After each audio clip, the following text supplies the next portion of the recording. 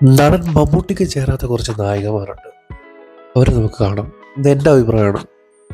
നിങ്ങൾക്ക് എങ്ങനെയായിരിക്കും ഇതൊന്നും എനിക്ക് അറിഞ്ഞുകൂടാ. ചിലപ്പോൾ നിങ്ങൾക്ക് ഇഷ്ടമായിരിക്കും ഈ ജോഡികൾ, പക്ഷെ എനിക്ക് ഇഷ്ടപ്പെടാത്ത കുറച്ച് ജോഡികൾ മമ്മൂട്ടിയുടെ നായകന്മാരായിട്ട് അഭിനയിച്ച നടിമാർ, അവരെയാണ് ഞാൻ കാണിക്കാൻ പോകുന്നത്. അതിലാദ്യമായിട്ട് കടന്നു വരുന്നത് മറ്റാരുമല്ല, മലയാളത്തിലെ മെഗാസ്റ്റാറിൻ്റെ നായികയായിട്ട് അഭിനയിച്ച മധുബാലയെ മമ്മൂട്ടി അത്ര ചേർച്ചയായിട്ട് എനിക്ക് തോന്നിയിട്ടില്ല. മോഹൻലാലുമായിട്ട് കൊള്ളാം, കുഴപ്പമില്ല. അതുപോലെ ഉർവശിയും മമ്മൂട്ടിയും അത്ര ചേർച്ച എനിക്ക് തോന്നിയിട്ടില്ല. എൻ്റെ അഭിപ്രായമാണെന്ന് ഞാൻ പറഞ്ഞിരുന്നു.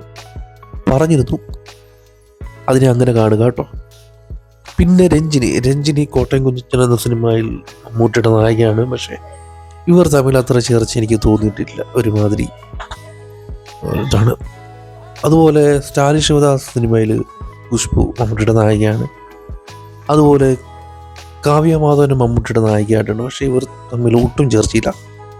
മാധവിയും അതുപോലെ മമ്മൂട്ടിയും അത്ര ചേർച്ച തോന്നിയിട്ടില്ല എനിക്ക്. ചിലപ്പോൾ ഏറ്റവും കൂടുതൽ തെറികൾ ചിലപ്പോൾ ഈ കാര്യത്തിനായിരിക്കും, പക്ഷെ എനിക്ക് ഇവർ ചേർച്ച തോന്നിയിട്ടില്ല. ദേവയാനിയും മമ്മൂട്ടി അത്ര ചേർച്ചയുണ്ടായിട്ട് എനിക്ക് തോന്നിയിട്ടില്ല. കാരണം ദേവയാനി ഒരു കുഞ്ഞു മുഖക്കുള്ളൊരു സ്ത്രീയാണ്.